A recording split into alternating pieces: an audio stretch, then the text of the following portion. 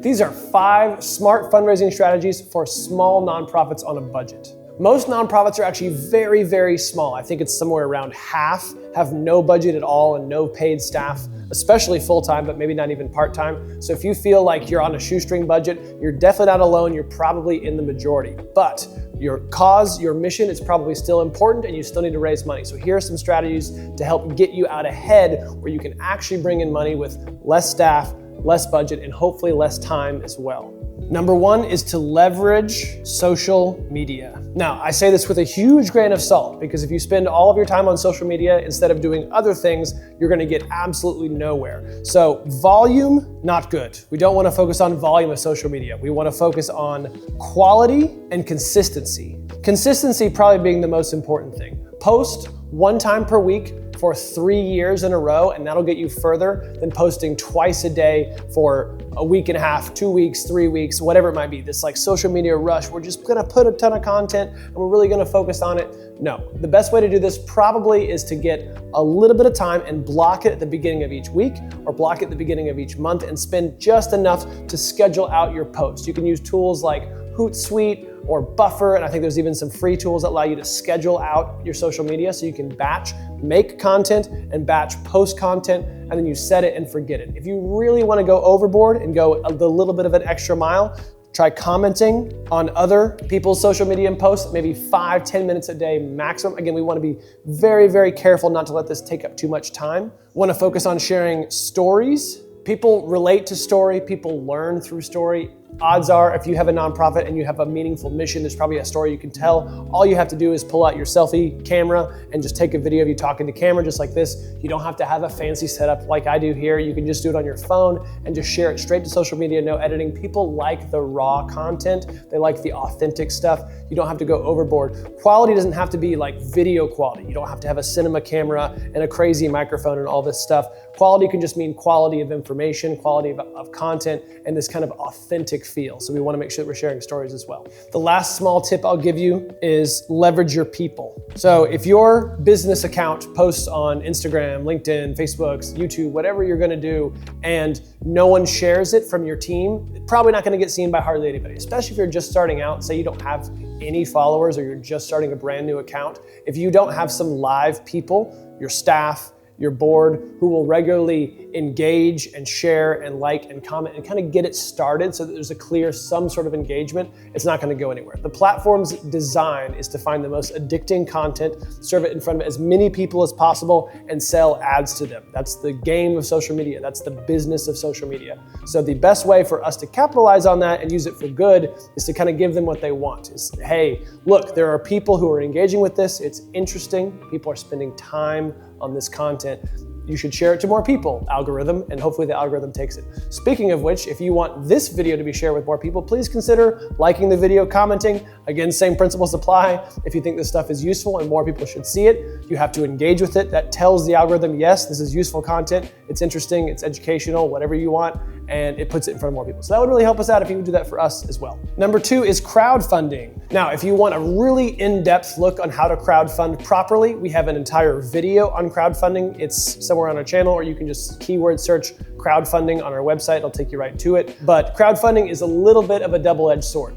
It has some advantages and it has some disadvantages. It does rely a little bit on virality. All of these platforms, Indiegogo, Fundly, GoFundMe, all of them can work and are effective, both from an individual standpoint and a business standpoint. They can be wonderful tools. I'll link a crowdfunding campaign that I ran. I think we raised a little over $50,000, so you can just kind of see what I did. So in the grand scheme of things, not a ton of money, 50,000 compared to what a lot of nonprofits raise, not a lot. But for me at the time, I thought it was pretty good. And some of the stuff that I did really did work. So if you want to model that and kind of copy what I did, I'll leave that linked below as well so you can check that out. But we just want to make sure that we're setting our expectations with crowdfunding.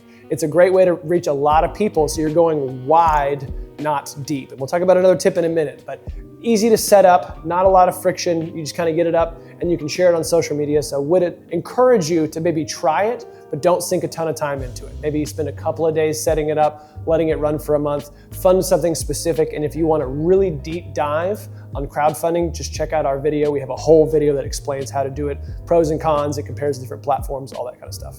Number 3, donor relationships. One of the reasons that small nonprofits struggle so much to get funding, and if you're in a small nonprofit, you're just starting out and you're thinking, gosh, I cannot get enough money in the door, I never have enough money for anything, I can't get people to donate, it's because you're probably using some of the strategies that these big name brands use, like American Cancer Society, American Red Cross, United Way, where they have a ton of brand equity and everyone knows them as a brand, one of the top 10 biggest institutions in the country. So their strategy is to have this kind of central message, and they send it out to lots of different people all over. And they get little donations from all of these people, but they only had to create one big message with their brand, and that's able to work for them. If you are not this big and you do not have all these connections and you don't have the brand equity, we just can't repeat the same process. They probably are doing major guest fundraising as well, but if we're this big, if our whole organization is this big and have this much brand equity, the amount that we can fire out is super limited. So instead, we focus on one-to-one meaningful relationships, and you'll spend a ton of time really sharpening and connection to this one set of funders. You can go to this one, another person, and you kind of do these kind of one at a time connections, and the connections are much thicker and much stronger, and you're gonna get way more per person because they have a meaningful relationship with you and your staff and the mission and the things that you do. The reason most nonprofits don't do this well is it's a ton of work and it's difficult to create relationships. It takes time, it takes repeated energy, it takes a lot of repeated steps where we're getting to know the donor, they're getting to know us, and people don't have training on this, so they're just like, man, can I just send out an email or can I post on social media? Yes, you can and you should. They all have a place in your program, but if you're just starting out and strapped for cash, the best thing you can do is forge relationships with people who can give big and give you a big jump start to your funding. Imagine you're able to reach 10,000 people somehow and they're all able to give you $1. And you're like, that's amazing, I now have $10,000. How long would it take you to build a following of 10,000 people? I mean, we don't even have a following that big and we've been at this for years. This takes a really, really long time. The people who get to that point have done a phenomenal job of outreach and marketing and PR and all this stuff. But for one person to give $10,000, especially someone of means, doesn't take that much time or that much work to convince them if your mission is compelling and you have a great impact story on the other side. So forging that relationship, 2 or 3 meetings, meeting with a prospective donor, they can just one person give you $10,000. That is way less work, it's way less time, but it has to be from a relationship. They have to trust you. You have to trust them. You have to know them as a person. Again, most people aren't going to do this well, and maybe you watching this won't even decide to do this yourself, but highly, highly recommend to start forging these donor relationships, even if it's someone who's going to give a little bit at first and then more later. It's worth it to invest and take the time to form real human connection instead of trying to rapid fire with these transactional relationships.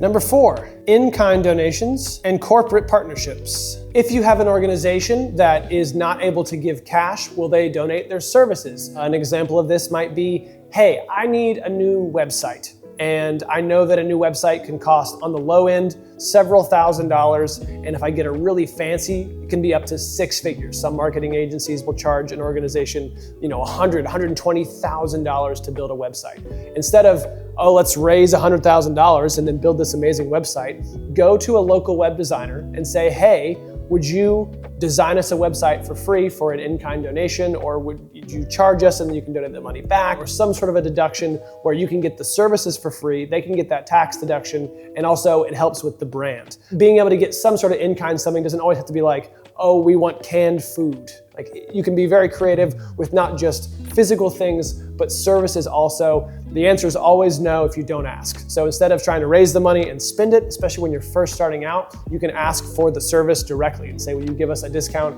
or will you do it at cost for us? Like, we'll pay for the materials, but can you just donate the labor? Can you work for a day for free for us? A lot of people are more likely to say yes to that than they are to just an outright cash donation. The other thing is, if you're able to form a corporate partnership, you can leverage the connections and networks of an existing business. Say you have a diner or a shop in town that's super famous and a lot of people follow them, or a newspaper or something.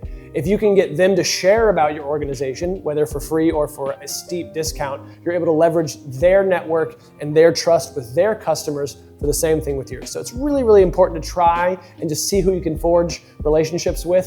Best place to do it is starting with people that you know and starting with the people that your board and staff know, and try to go from there. The fifth and final tip, and I think this is probably the most important, is to leverage volunteers.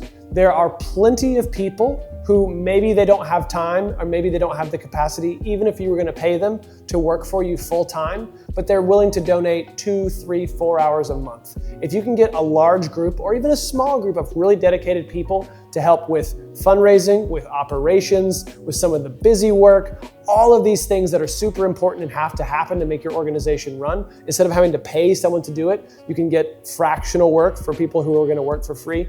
And best of all, if someone gives of their time, they are way more likely to also give money. So the people who donate their couple of hours a month are more likely to become donors, and vice versa. People who are donors are also more likely to donate time. So if you have people who are already giving to your organization, even making an outright ask isn't required. You can just let them know about volunteer opportunities. So I know there are certain things that you do need a staff person to do, and there are certain organizations and businesses, like say you're a nonprofit health clinic. Well, you probably need a nurse or an NP or a doctor or a pharmacist to do some of the specific tasks. You can't just like hire somebody to be a doctor for free.